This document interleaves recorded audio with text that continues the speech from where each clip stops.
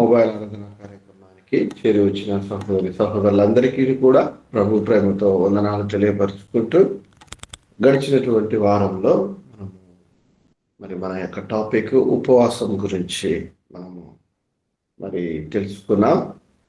కొంత భాగము అదే ఆ యొక్క భాగాన్ని మళ్ళీ మనము కంటిన్యూ చేసుకుందాం. నా ప్రియ సహోదరుడా, పరలోకము ఉంది అని ఎవరైనా చెబుతున్నారు అంటే అది చూచైనా ఉండాలి, లేదా ఒక నష్టము ఒక బాధ కలుగుతుంది అని చెప్పేవారు ఎవరైనా ఉన్నారు అంటే దాన్ని అనుభవించిన వారైనా ఉండాలి, దాన్ని చూసిన వారైనా ఉండాలి. అయితే మనుషుని యొక్క ప్రార్థన జీవితాన్ని బట్టి, మనుషుని యొక్క విశ్వాసాన్ని బట్టి, మనుషుని యొక్క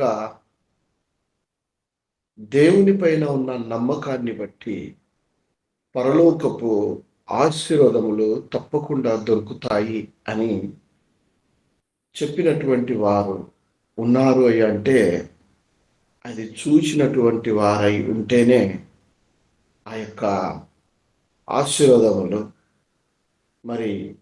వారు పొందుకొని లేదా వారు ఇచ్చేటువంటి వారై ఉంటే అవి తప్పకుండా మనం ఆ మాటను వినాలి. ఆ మాటను బట్టి మనము నమ్మకంగా ఉండాలి.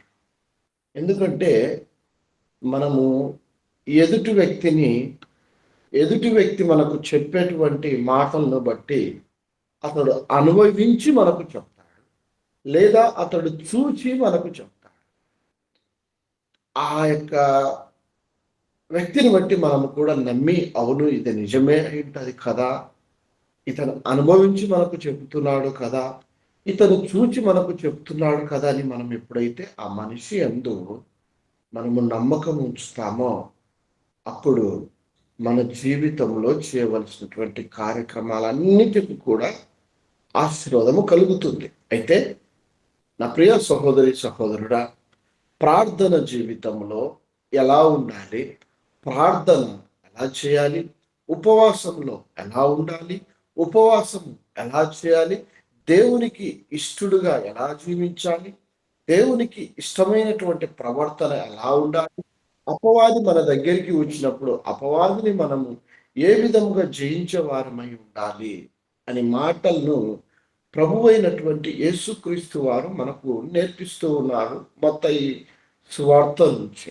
ఆ మాటలు మనము వింటున్నాము. అయితే ఇక్కడ మనము తెలుసుకోవలసినటువంటి ముఖ్యమైనటువంటి విషయం ఏమిటంటే యేసుక్రీస్తు వారు 40 దినములు 40 రాత్రులు ఉపవాసం ఉండి అపవాదితో శోధింపబడుటకు అరణ్య ప్రాంతమునకు వెళ్ళినప్పుడు అక్కడ అపవాదికిని యేసుక్రీస్తుకును అక్కడ కొన్ని సంభాషణలు జరుగుతూ ఉన్నది.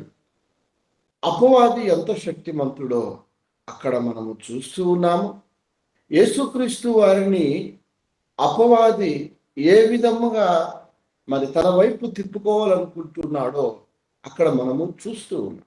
ఈ మాటలను బట్టి నా ప్రియ సహోదరుడా, ఉపవాసం చేస్తున్నటువంటి మనకు ఒక హెచ్చరిక, దేవుణ్ణి ఆరాధిస్తున్నటువంటి మనకు ఒక హెచ్చరిక, దేవుణ్ణి ప్రార్థిస్తున్నటువంటి మనకు ఒక హెచ్చరిక, దేవుని వాక్యం వింటున్నటువంటి మనకు ఒక హెచ్చరిక, పరలోకము చేరాలి అని ఆశ కలిగినటువంటి ప్రతి ఒక్కరికి ఒక హెచ్చరిక. అయితే ఈ మాటలను బట్టి చివరిగా దేవుని ఆశీర్వాదములు ఎలా ఉండబోతున్నాయో మనం తెలుసుకుందాం. ఎందుకంటే ఇవన్నీ చెప్పేవారు ఎవరై అంటే ప్రభు అయినటువంటి యేసుక్రీస్తు వారే.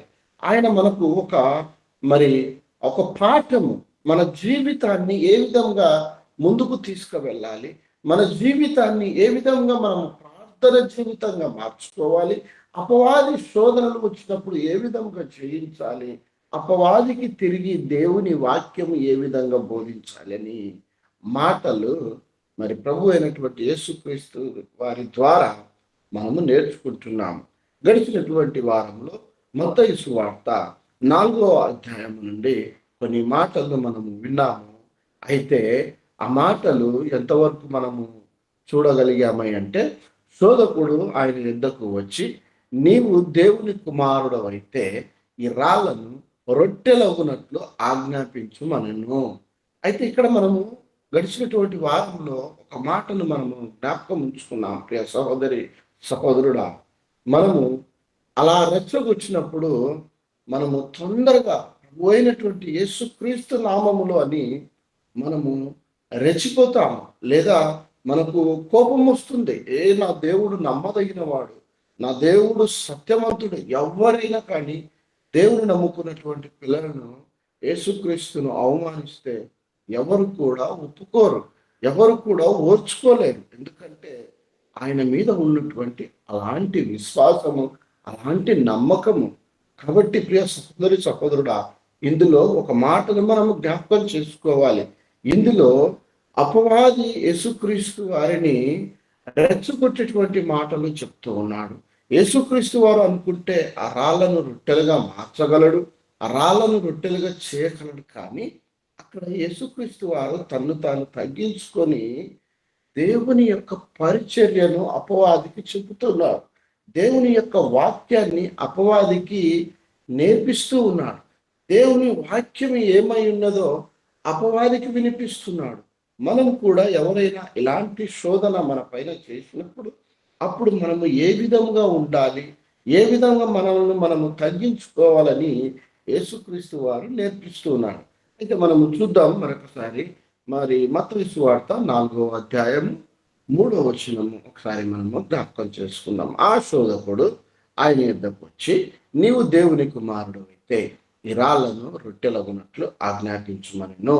అందుకు ఆయన, మనుషుడు రొట్టె వలన మాత్రం కాదు కానీ దేవుని నోట నుండి వచ్చు ప్రతి మాట వలన జీవించును అని వ్రాయబడి ఉన్నదనను. చిన్న ప్రార్థన చేసుకున్న మహాగణుడవైన మా ప్రియ పరలోకపు తండ్రి, నీ పాదాలకు వందనాలయ, నీ పాదాలకు స్తోత్రములు.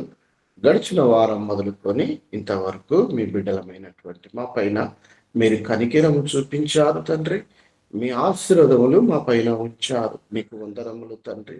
అయ్యా, ఇదిగో మరి మీరు చేసినటువంటి ఉపవాసాన్ని మీరు ఏ విధంగా శోధింపబడ్డారు, ఏ విధంగా అపవాదిని మీరు జయించారు అన్న మాటలు ప్రభువా మరి మేము మరి వినబోతూ ఉండగా మీ పరిశుద్ధాత్మ దేవుని చేత నాలో ఉండి మీ బిడ్డలతో మాట్లాడించండి. ఒట్టివాడిని తండ్రి, జ్ఞానము లేనటువంటి వాడిని మీరు జ్ఞానము నింపి ఈ మాటలకు అర్థాన్ని మీరు వివరించమని మా ప్రభు అయిన యేసుక్రీస్తు నామమున అడుగుతూ ఉన్నాము పరమ తండ్రి, ఆమేన్. ప్రియ సహోదరి సహోదరుడా, మరి శోధకుడు దేవుని దగ్గరికి వచ్చాడు. 30 సంవత్సరములు యేసుక్రీస్తు వారిని అలాంటి అభ్యంతరం పరచలేదు. కానీ ఎప్పుడైతే యేసుక్రీస్తు వారు బాప్తిసము పొందుకొని ఆ యొక్క ఒడ్డు మీదకి వచ్చాడో, ఆకాశం నుండి ఒక శబ్దం ఎప్పుడైతే వచ్చిందో, ఈయన నా ప్రియ కుమారుడు, ఈయన యందు నేను ఆనందించుతూ ఉన్నానని పరలోకం నుంచి ఒక శబ్దం ఎప్పుడైతే వచ్చిందో, అప్పుడు అపవాది యొక్క గుండెల్లో భయము కలిగినట్లుగా మనము చూస్తున్నాము. అప్పుడు యేసుక్రీస్తు వెంట వచ్చేసాడు. వాడు 40 దినములు 40 రాత్రులు ఉపవాసం చేసేటప్పుడు ఆయన భక్తితోనూ విశ్వాసంతోనూ నమ్మకంతోనూ తన శరీరాన్ని, తన ఆత్మను దేవునికి అప్పగించేశాడు. అప్పగించి తాను దేవుణ్ణి ఉపవాసంలో ఎంతగానో గణపరిచాడు, ఎంతగానో ఆరాధించాడు, ఎంతగానో అభిమానించాడు, ఎంతగానో తన నమ్మకాన్ని నెరవేర్చుకున్నాడు. ఎందు విషయము నేను ఈ లోకానికి వచ్చాను, ప్రియ తండ్రి నీవు నన్ను ఎందు విషయం ఈ లోకానికి పంపించావయ్యా, నీ చిత్తాన్ని జరిగించుటకే కదా నేను ఈ లోకానికి వచ్చాను. నీ చిత్తాన్ని నేను జరిగించాలంటే మరి నన్ను నేను తగ్గించుకొని నిన్ను ఘనపరచాలని 40 దినములు ఎంతో కష్టమైనటువంటి ఉపవాసం చేసిన పిమ్మట ఆయన ఆకలి ఉన్నాను. వెంటనే ఆయన ఆకలి ఆకలి అని అడుగుతున్న సమయంలో అపవాది అక్కడ ఒక పరీక్ష పెట్టాడు ప్రభు అయినటువంటి యేసుక్రీస్తు వారికి. కానీ మొట్టమొదటి పరీక్షలో ప్రభు అయినటువంటి యేసుక్రీస్తు ఒక దేవుని వాక్యాన్ని అపవాదికి వినిపించాడు, అపవాదికి నేర్పించాడు. రెండవదిగా మనం చూద్దాం. నా ప్రియ సహోదరి సహోదరుడా, యేసుక్రీస్తు వారు అంటున్నాడు, రొట్టె వలన మనిషి కాదు కానీ బ్రతకటం కాదు, కానీ దేవుని నుండి వచ్చే మాట వలన మనుషుడు బ్రతుకుతాడు. అవును నా ప్రియ సహోదరి సహోదరుడా, దేవుని నుండి వచ్చేటువంటి మాటను బట్టి ఎలా బ్రతుకుతాడు? ఇది ఒక ప్రశ్న కదా మనకు ఈ ఉదయకాల సమయంలో. అవును, దేవుని నుండి వచ్చేటువంటి మాటను బట్టి మనుషుడు బ్రతుకుతాడు. నా ప్రియ సహోదరి సహోదరుడా, ఈ బైబిల్ వాక్యము అనేది దేవుని యొక్క మాటలు. ఈ బైబిల్ వాక్యం అనేది దేవుడు మనతో ఏం మాట్లాడుతూ ఉన్నాడు, ఈ సమయంలో దేవుడు మనతో ఏమి మరి మనల్ని ఏ విధంగా బ్రతకమంటూ ఉన్నాడు అన్నటువంటి ఒక మాట. అవును, ఈ వాక్యము అనగా దేవుని నుండి వచ్చేటువంటి వాక్యము. మీరు పరిశుద్ధ గ్రంథములో ఏ యొక్క భాగమునైనా తీయండి, ఏ యొక్క పేజీనైనా తీయండి, ఏ యొక్క గ్రంథాన్నైనా తెరవండి, ఏ యొక్క వచనాన్నైనా తీయండి, ఆ వచనాన్ని బట్టి నీవు బ్రతకవచ్చు, ఆ వచనాన్ని బట్టి నీవు జీవించవచ్చు, ఆ వచనాన్ని బట్టి నీవు నిజమైనటువంటి విశ్వాసంలో జీవించవచ్చు. ఏ విధంగా జీవించాలో నేను దేవుని మాటను బట్టి ఎవరు ఏ విధంగా జీవించారో చిన్న మాటను తెలియపరిచి ముందుకు వెళ్తాను. నా ప్రియ సహోదరి సహోదరుల, బైబిల్ గ్రంథంలో మనకు ప్రభు అయినటువంటి యేసుక్రీస్తు వారు ఒక ఉపమానాన్ని మనకు తెలియపరిచారు, ఒక కథను మనకు తెలియపరిచారు, ఇద్దరు వ్యక్తులను మనకు పరిచయం చేశారు. అయితే ఇద్దరు కూడా భూమి మీద జీవిస్తున్నటువంటి వారు. ఒకరు లోకానుసారమైనటువంటి లోకాన్ని ప్రేమించి లోకంలో ఉన్న అన్నిటిని కూడా అనుభవిస్తూ జీవిస్తున్నటువంటి వ్యక్తి ధనవంతుడుగా ఒకడు ఉన్నాడు. ఇంకొకరు వచ్చేసి పేదరికంలో ఏమి లేనటువంటి పరిస్థితుల్లో తన శరీరము తనకు సహకరించినటువంటి పరిస్థితిలో ఒక వ్యక్తి మనకు కనబడుతున్నాడు. ఆయనే ధనవంతుడైనటువంటి రాజు, అలాగనే పేదవాడైనటువంటి లాజరు. ఇద్దరు కూడా ఈ లోకంలోనే జీవిస్తూ ఉన్నారు. కానీ ఒకరు మాత్రము దేవుని మాట వలన జీవిస్తూ ఉన్నారు, దేవుని యొక్క మాటను బట్టి జీవిస్తూ ఉన్నారు. నా ప్రియ సహోదరి సహోదరుడా, ప్రతి ఒక్కరు అనుకోవచ్చు, నేను కష్టాలలో ఉన్నప్పుడు, నేను బాధలో ఉన్నప్పుడు, నేను వేదనలో ఉన్నప్పుడు, నేను దుఃఖంలో ఉన్నప్పుడు ఎవరు నన్ను ఓదార్చటం లేదు, ఎవరు నాతో మాట్లాడటం లేదు, ఎవరు నన్ను ప్రేమించటం లేదు, ఎవరు నా పైన కనికరం చూపటం లేదని ప్రతి ఒక్కరి మనసులో ఒక ఆలోచన ఉంటుంది. నా ప్రియ సహోదరి సహోదరుడా, ఈ ఉదయకాల సమయంలో ప్రభు అయినటువంటి యేసుక్రీస్తు వారు నీతోనే మాట్లాడుతూ ఉన్నారు.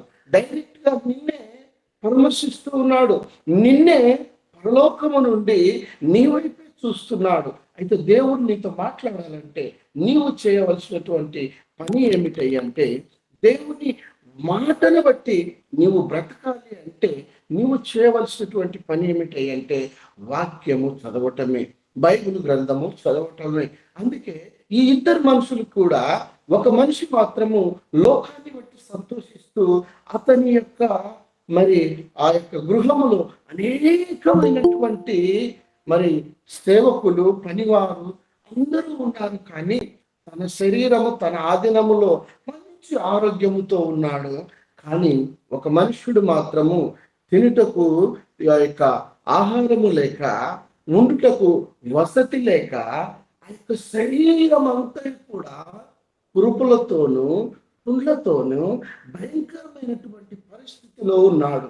అయితే ఆ పరిస్థితిలో ఉన్నటువంటి వ్యక్తి ఎలా ఉన్నాడు అంటే, దేవుని మాటను బట్టి పరలోకములో తన జీవితం ఎలా ఉండబోతుందో, పరలోకంలో తను ఏ స్థానంలో ఉండబోతున్నాడో, పరలోకమందున తన తండ్రి తనను ఏ విధంగా పోషిస్తున్నాడో, పరలోకంలో ఉన్నటువంటి తండ్రి ఎలాంటి నమ్మకమైనటువంటి వాడో, పరలోకంలో ఉన్నటువంటి తండ్రి ఏ విధంగా తనను ఆశీర్వదించబోతున్నాడో అని ఒక నమ్మకమును బట్టి, ఒక విశ్వాసమును బట్టి, గట్టి పట్టుదలను బట్టి లోకానికి ఆయన దేవునిని పరిచయం చేస్తూ ఉన్నాడు. నా ప్రియ సహోదరి సహోదరుల, కష్టం ఉన్నప్పుడు, నష్టం ఉన్నప్పుడు, బాధ ఉన్నప్పుడు, దుఃఖం ఉన్నప్పుడు, వేదన ఉన్నప్పుడు, తన శరీరం సహకరించినప్పుడు కూడా దేవుణ్ణి మహిమపరుస్తున్నాడు, దేవుణ్ణి ఘనపరుస్తున్నాడు. నీవు నేను కూడా ఈ ఉదయకాల సమయంలో దేవుని మాట నుండి బ్రతకాలంటే దేవుని వాక్యమును బట్టి బ్రతకాలంటే మన శరీరము మరి ఆ యొక్క అనారోగ్యం పాలైన, మన కుటుంబము వేదనలో ఉన్న, దుఃఖంలో ఉన్న, కష్టంలో ఉన్న, ఎలాంటి పరిస్థితిలో ఉన్నా నీవు దేవుని ఆరాధించేటువంటి వాడిగా ఉండాలి. దేవుని పైన నమ్మకం కలిగి ఉండాలి. దేవుని పైన విశ్వాసంగా జీవించాలి. నీవు ఎక్కడికో వెళ్ళి దేవుణ్ణి ఆ యొక్క ప్రచారణ చేయవలసినటువంటి అవసరం లేదు. నిన్ను నీవు ఎప్పుడైతే దేవునికి పరిచయం చేసుకొని లోకానికి పరిచయం చేస్తావో అప్పుడే నీవు దేవుని యొక్క పరిచారకుడు అయిపోతావు. నా ప్రియ సహోదరి సహోదరులా, వింటూ ఉన్నావా? అయితే ఇక్కడ మనకు లాజరు గారిని బట్టి కొన్ని మాటలు మనం నేర్చుకోవాలి. ఆ యొక్క భరించలేనటువంటి వేదనలో కూడా దేవుణ్ణి మహిమపరిచి దేవుని గణపరిచాడు. మరి లోకాన్ని ప్రేమించి లోకంలో ఉన్నటువంటి వసతులు అన్నీ కూడా వినియోగించుకొని సంతోషంగా తను నివసించే ప్రాంతము కానివ్వండి, తను ఉన్నటువంటి పరిస్థితి కానివ్వండి, అన్నిటిని కూడా అనుభవిస్తూ పరలోకమందున్నటువంటి దేవుని పైన ఎలాంటి విశ్వాసము పెట్టుకోలేదు. ఇదిగో ఏ విధముగా అయితే ఈ యొక్క అపవాది మరి ఆ యొక్క ఆశను చూపిస్తున్నాడో ఆశలను బట్టి అతడు జీవించాడు. ఒకానొక దినమున ఇద్దరు కూడా చనిపోయారు. ఇద్దరు చనిపోయినటువంటి పరిస్థితిలో ఒకరు మాత్రము తండ్రి అయినటువంటి అబ్రహాము కుడి పార్శ్వంలో కూర్చున్నారు. ఒకరు మాత్రము పాతాళం అన్నటువంటి నరకాగ్నిలోకి వెళ్ళిపోయారు. అయితే ఇక్కడ మాత్రం ఒకానొక దినమున మరి పైకి చూసినప్పుడు అక్కడ ఎవరు కనపడ్డారంటే శ్రమలను అనుభవించి, బాధలు అనుభవించి, ఆ యొక్క మరి ప్రేమించినటువంటి పరిస్థితిలో ఉన్నటువంటి వాడు మాత్రము దేవునిని ఆశ్రయించి కూర్చున్నాడు. దేవుని కుడి ప్రక్కన కూర్చొని ఉన్నాడు. దేవుని రోమున కూర్చొని ఉన్నాడు. దేవుని పరలోకమును కూర్చొని ఉన్నాడు. ఎందుకంటే అతడు వాక్యమును బట్టి బ్రతికాడు, వాక్యమును బట్టి జీవించాడు, వాక్యమును బట్టి దేవుణ్ణి ఆరాధించాడు. ఒకానొక దినమున నేను తండ్రి దగ్గరికి వెళ్తాను, తండ్రి నన్ను పోషించువాడు, తండ్రి నన్ను ఆశీర్వదించువాడు అని అతడు నమ్ముకున్నటువంటి మాటను బట్టి, దేవుని మీద ఉన్న విశ్వాసాన్ని బట్టి, దేవుణ్ణి ఈ యొక్క శరీరము ఈ యొక్క కొత్త కాలమే నేను ఈ యొక్క బాధను అనుభవిస్తాను, ఆ తర్వాత యుగ యుగములు తరతరములు దేవుని దగ్గర నేను సంతోషంగా బ్రతుకుతానని అనుకున్నటువంటి వ్యక్తి, దేవుని మాటను బట్టి విశ్వసించినటువంటి వ్యక్తి మాత్రము ఇదిగో మరి అబ్రహాము కుడి పార్శ్వమున కూర్చొని సంతోషిస్తున్నట్టుగా చూస్తున్నాము. లోకాన్ని ప్రేమించి, లోక ఆశలను బట్టి, లోకంలో ఉన్నటువంటి వాటిని బట్టి, లోకంలో ఉన్న చెడుతనాన్ని బట్టి, ఇదిగో నా ప్రాణము తినుము, త్రాగుము, సుఖించుము అని ఆశపడి అని తన్ను తాను చెప్పుకొని తన శరీరాన్ని, తన ఆస్తిని, తన లోకాన్ని ప్రేమించినటువంటి వ్యక్తి ఎక్కడ ఉన్నాడు? నిత్య నరకాగ్ని వైపు వెళ్ళాడు. అక్కడ నుంచి పైకి చూస్తే ఎవరు కనపడ్డారంట? లాజరు కనపడ్డాడు. అప్పుడు అంటున్నాడు, తండ్రి అయినటువంటి అబ్రహామా, నీ కుడి ప్రక్కన ఉన్నటువంటి లాజరును పంపించాయా, అతని చిక్కని వెలితో ఒక్క నీటి చుక్కను నా యొక్క నాలుక పైన వేపించాయని ప్రతిమలాడుతున్నాడు. నా ప్రియ సహోదరి సహోదరుడా, ఇదే దేవుని వాక్యం వలన జీవించటం అంటే. ఈ మాటలు ఎవరు చెప్పారంటే ప్రభు అయినటువంటి యేసుక్రీస్తు వారు. మనం ఉపవాసం చేసేటప్పుడు యేసుక్రీస్తు వారు ఏ విధంగా ఉపవాసం చేశారు, రెండవదిగా అపవాదిని జయించేటప్పుడు ఏ విధంగా అపవాదిని జయించాడు నేర్చుకోవాలి. మూడవదిగా యేసుక్రీస్తు వారు చెప్పారు దేవుని మాట నుండి బ్రతకవచ్చు అని. ఏ విధంగా బ్రతకవచ్చు అంటే మనకు లాజరును పరిచయం చేశాడు. లాజరు ఏ విధంగా బ్రతికాడు, లాజరు ఎంత నమ్మకంగా బ్రతికాడు, ఇప్పుడు లాజరు ఉన్నటువంటి పరిస్థితి అంటే దేవుని మాట వలన మనము బ్రతికినట్లయితే ఈ దినమున నీవు కష్టం అనుభవించు, ఈ దినమున నీవు నష్టం అనుభవించవచ్చు, ఈ దినమున నువ్వు దుఃఖంలో ఉండవచ్చు, రేపటి దినమున నీవు సంతోషకరమైనటువంటి పరిస్థితిలో ఉండబోతున్నావు. నా ప్రియ సహోదరి సహోదరుడా. అయితే రెండవదిగా చూద్దాము. ఆయన నిన్ను 6వ అధ్యాయం, నీవు దేవుని కుమారుడవైతే క్రిందికి దుంకుము, ఆయన నిన్ను గురించి తన దూతలకు ఆజ్ఞాపించి నీ పాదము డెల్లను రాతికి తగలకుండా వారు నిన్ను చేతులతో ఎత్తుకొందురు అని అంటూ ఉన్నాడు. అయితే అని రాయబడి ఉన్నదని ఆయన తెచ్చో చెప్పాను. అందుకు యేసు, ప్రభువైన నీ దేవునిని నీవు శోధింపవలదని మరి యొక్క చోట వ్రాయబడి ఉన్నదని వానితో చెప్పాను. అవును, ఇక్కడ చూడండి నా ప్రియ సహోదరి సహోదరుడా, రెండవదిగా అపవాది యేసుక్రీస్తును అంటూ ఉన్నాడు, నీవు ఈ దేవుని కుమారుడవు కదా, నీవు దేవుని నమ్మావు కదా, నీవు దేవుని ఆరాధిస్తున్నావు కదా, నీవు ప్రతిదినమున 5 గంటలకు లేచి దేవుని యొక్క వాక్యం వినుటకు మొబైల్ ఆరాధన కుటుంబ సభ్యులతో కలిసి నీవు జాయిన్ అవుతున్నావు కదా, వాక్యం వింటున్నావు కదా, బలపరచబడుతున్నావు కదా. అయితే నిజంగా నీవంత విశ్వాసి అయితే, నీవంత విశ్వాసిరాలు అయితే, ఇదిగో ఈ నిందను భరించగలవా? ఈ శ్రమను అనుభవించగలవా? ఈ శ్రమను ఓర్చుకోగలవా? ఈ నిందను ఓర్చుకొని ఈ నింద వచ్చినప్పుడు, ఈ బాధ వచ్చినప్పుడు, ఈ భారము వచ్చినప్పుడు, ఈ దుఃఖము వచ్చినప్పుడు దేవుణ్ణి మహిమపరచగలవా అని ఒక ప్రశ్న మనకు, లేదా ఒక యొక్క మరి అపవాది కలగజేస్తున్నటువంటి ఒక ఆ వేదనను బట్టి మనము దేవుణ్ణి గణపరిచేటువంటి వారిగా ఉండాలి, దేవుణ్ణి మహిమపరిచేటువంటి వారిగా ఉండాలి.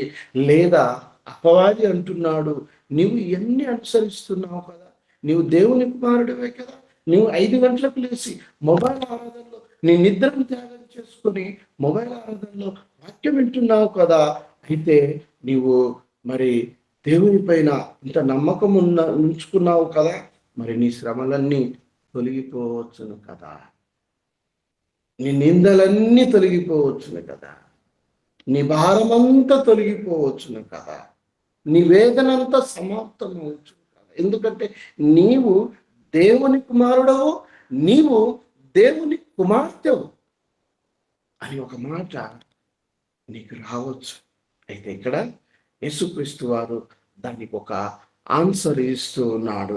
ఏమని ఇస్తూ ఉన్నాడు? నీవు ఇక్కడ నుంచి దుంకుము, దేవుని కుమారుడు,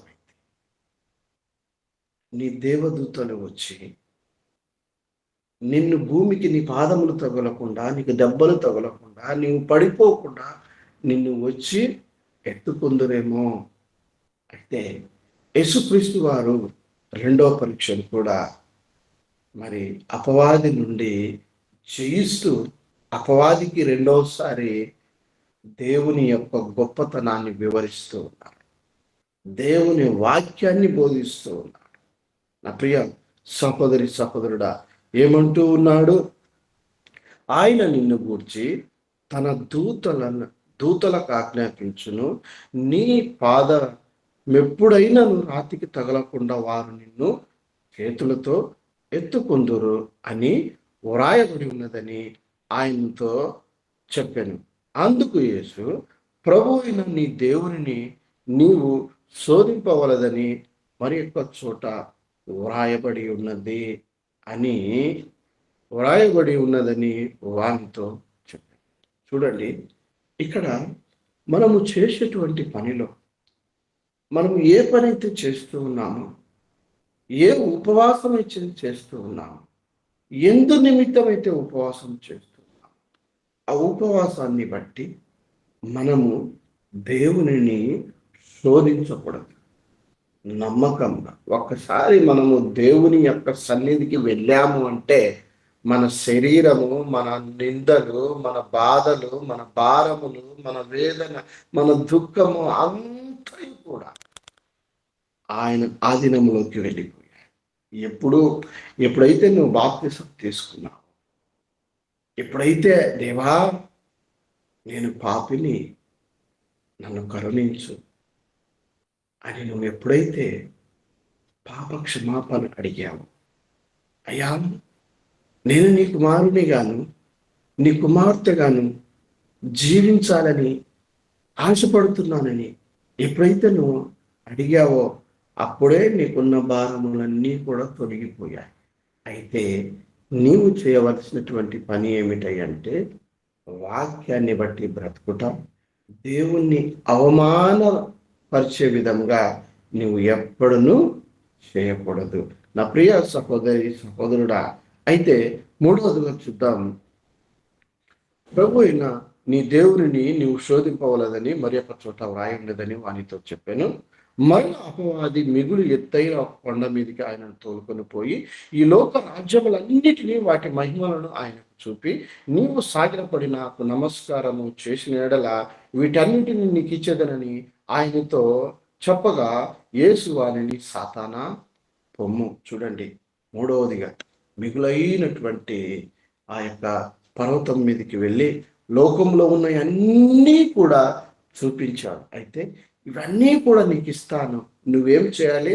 నీవు సాగిలపడి నాకు నమస్కరించాలి, నాకు నమస్కారం చేయాలి. అయ్యో, మనమైతే వెంటనే దేవుని సేవకులమైన మనము, పరిచారకులైనటువంటి మనము, విశ్వాసులమైనటువంటి మనము, నమ్మకస్తులైనటువంటి మనము ధనము అనగానే పరిగెత్తుకుంటూ వెళ్తాం. ఆ సంఘంలో వారిని మన సంఘానికి, మన సంఘంలో వారిని ఆ సంఘానికి ఎలాగైనా సరే మిక్స్ చేస్తాం. ఎందుకంటే ధనాన్ని బట్టి. ఇదిగో అక్కడ ధనము దొరుకుతుందంటే పరిగెత్తుకుంటూ వెళ్తాం, అక్కడ ధనము ఉందంటే పరిగెత్తుకుంటూ మన యొక్క పరిచర్యను అప్పగించేస్తాం. అప్రియ సహోదరి సహోదరుడా, అయితే ఇక్కడ ప్రభు అయినటువంటి యేసుక్రీస్తు వారు అంటున్నారు, మరి ఆ యొక్క అపవాదికి కొన్ని మాటలు నేర్పిస్తుంది. అపవాది అక్కడ దేవునికి, యేసుక్రీస్తు వారికి, లోకానికి చూపించి ఈ లోకమంతటిని నీకు ఇస్తాను, నీవు సాగిలపడి నమస్కారం చేయి. అపవాది కూడా నీకు కొన్ని ఆశ పెట్టవచ్చు. ఇదిగో నీకు ధనాన్ని ఇస్తాను, నీవు నాకు సాగిలపడి నమస్కారం చేయనప్పుడు నువ్వేమి చేయాలంట? ఆ మాటను బట్టి నీవు లొంగిపోతావా? ఆ మాటని బట్టి సాతానా నా దగ్గర నుండి పారిపో అంటావా? అయితే ఇక్కడ ప్రభు అయినటువంటి యేసుక్రీస్తు వారు అవన్నీ చూశారు. లోకరక్షకుడుగా ఆయన వచ్చాడు, లోకాన్ని కాపాడుటకు ఆయన వచ్చాడు. అయితే అపవాది మాత్రము అన్నీ ఆయనకు చూపిస్తుంది. అంటే అపవాదికి ఎంత శక్తి ఉందో ఒకసారి ఆలోచించేయండి. అపవాది ఎంత ప్రమాదకరమైనటువంటి వాడు ఒకసారి ఆలోచించేయండి. అపవాది ఏ విధంగా నిన్ను శోధిస్తాడో ఒకసారి జ్ఞాపకం చేసుకో. అపవాది ఏ విధంగా నిన్ను జల్లిస్తాడో ఒకసారి జ్ఞాపకం చేసుకో. యేసుక్రీస్తు వారి ఈ మాటలు మనకు నేర్పిస్తున్నాడు. నా కుమారుడా, నా కుమార్తె, అపవాది నన్ను ఏ విధముగా అయితే శోధించిందో నిన్నును అదే విధముగా శోధించబోతున్నాడు. కాబట్టి నన్ను బట్టి, నేను అనుభవించినటువంటి క్రియలను బట్టి, నేను అనుభవించినటువంటి పరిస్థితిని నీకు తెలియపరుస్తూ ఉన్నాను. నీవు మెలకువగా ఉండి ప్రార్థన చేయి, మెలకువగా ఉండి నమ్మకంగా, విశ్వాసంగా దేవుణ్ణి ఆరాధించు, మెలకువగా ఉండు. లేకపోతే అపవాది నిన్ను జల్లిస్తాడు, అపవాది నిన్ను శోధిస్తాడు, అపవాది నిన్ను శోధనలోకి తీసుకువెళ్తాడు, అపవాది నిన్ను ఈ ప్రమాదకరమైనటువంటి పరిస్థితిలోకి వెళ్తాడు. నా ప్రియ సహోదరి సహోదరుడా, అయితే చూద్దాం. యేసు వానితో సాతానా పొమ్ము, ప్రభు అయిన దేవునికి మ్రొక్కి ఆయనను మాత్రమే సేవింపవలనని వ్రాయబడి ఉన్నదని చెప్పాడు. అంతటా అపవాది ఆయనను విడిచి పోగా, ఈ మాటను మనము చివరిగా జ్ఞాపకం ఉంచుకుందాం. అపవాది ప్రభు అయినటువంటి యేసుక్రీస్తును విడిచిపోగా, ఇదిగో దేవదూతలు వచ్చి ఆయనకు పరిచర్య చేసేది. ప్రైజలా, ఎంత గొప్ప మాట చూడండి. అపవాది ఎప్పుడైతే ఆయన దగ్గర నుంచి వెళ్ళిపోయిందో, అంటే దేవదూతలు పరలోకములో సిద్ధంగా ఉన్నారు. నా ప్రియ సహోదరి సహోదరుడా, వింటూ ఉన్నావా ఈ మాటను బట్టి?